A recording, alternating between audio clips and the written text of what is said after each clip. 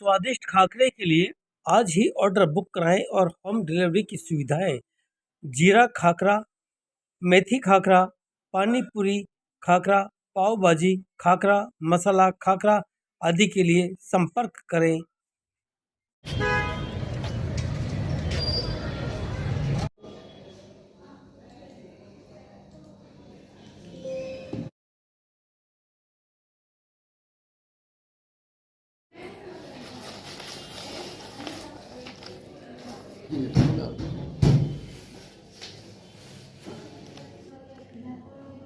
इसको फीटस इन फीटो बोलते हैं हम लोग डॉक्टर भाषा में।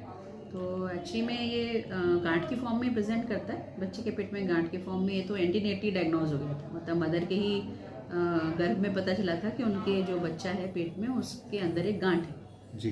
वो उसको फर्दर इन्वेस्टिगेट करके बाद में पैदा होने के बाद में जब देखा, हम लोगों ने भी इन्वेस्टिगेट कराया तो पता चला कि वो एक फीटस इन फीटो जी। नाम का एक एंटिटी होती है। एक तरह के पैरासिटिक ट्विन्स हम इनको मानते हैं। जी। होता जुड़वा तरह के बच्चे होते हैं जो बाकायदा डेवलप होने से रह जाते हैं। तो उनमें से एक बच्चा उतना डेवलप नहीं होता, उसकी खून की सप्लाई कहीं भी रुक जाती है तो उसकी ग्रोथ नहीं होती बराबर। तो उसको हम फीटस इन फीटो बोलते हैं इस कंडीशन में।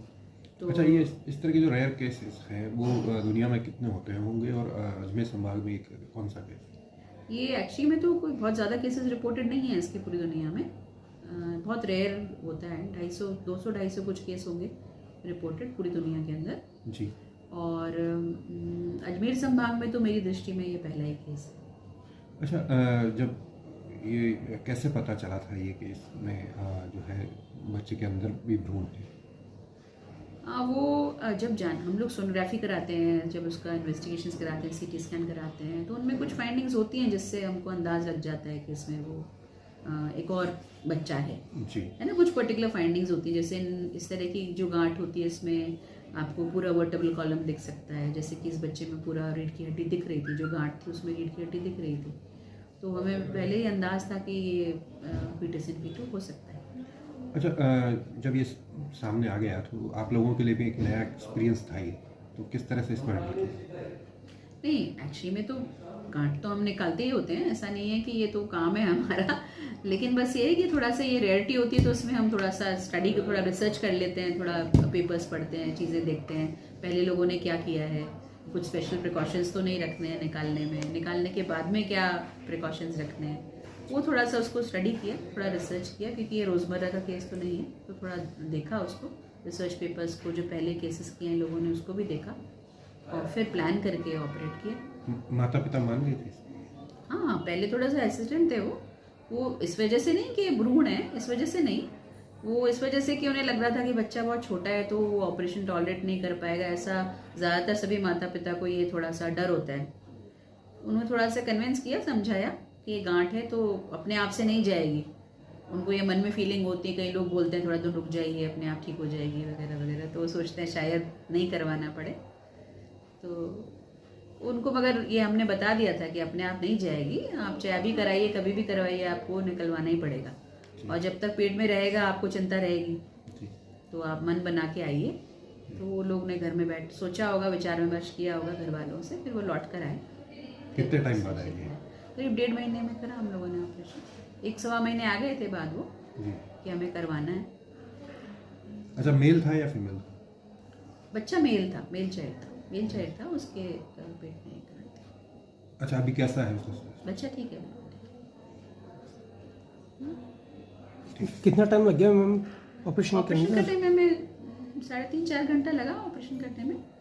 अच्छा, थोड़ा सा गांठ बहुत बड़ी थी एक्चुअली में, वो उसने और उसका लोकेशन थोड़ा सा ट्रिकी था।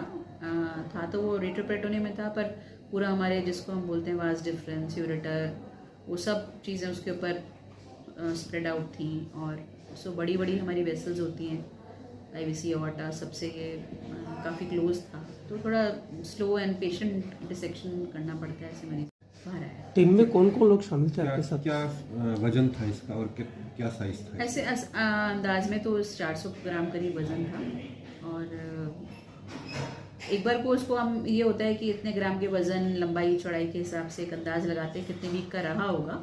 तो करीब 12 वीक का तो रहा ही होगा वो भ्रूण। और एक्सरे वगैरह कराया था तो उसको उसमें हमारे को रिब्स बनी हुई थी, वर्टिब्रल कॉलम पूरा बना हुआ था, जो कैरेक्टरिस्टिक होता है फीटस इन सिटू का वो सब उसमें था। और इसमें अगर माँ बाप अगर जागरूक नहीं होते या कोताही बरतते तो क्या घातक हो सकता था ये? वैसे जनरली ये घातक नहीं होते हैं, अपने आप से ख़त्म भी नहीं होंगे पर घातक नहीं होते हैं, पर वंस इन अ वाइल बहुत रेयर कभी कभी इनमें कैंसर बनने की संभावना भी होती है। तो वो भी हम उनको थोड़ा गाइडेंस दे देते हैं कि चांसेस बहुत कम हैं लेकिन संभावना है कि आगे कैंसर की गांठ में तब्दील हो जाए, तो निकलवाना बेटर है। टीम में हमारी डॉक्टर दिनेश बरोलिया, वो असिस्टेंट प्रोफेसर हैं हमारे यहाँ जी। वो लगातार रहे साथ में, और हमारा रेजिडेंट डॉक्टर्स हैं डॉक्टर राजेश, डॉक्टर रोहित और डॉक्टर दीक्षा, ये लोग थे हमारे साथ। एनेस्थीसिया टीम ने पूरा साथ दिया, एनेस्थीसिया की एचओडी मैम है वीना माथुर मैम, उनके असिस्टेंट डॉक्टर मैना सिंह, डॉक्टर रिचा, और हमारे जो कार्यवाही अभी अधीक्षक हैं डॉक्टर अरविंद खरे, वो तो वो भी एनेस्थेटिस्ट हैं तो उनका भी हमेशा सहयोग रहता है।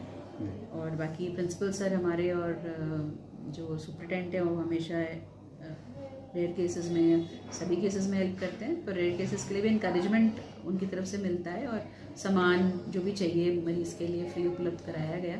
जी, थैंक यू।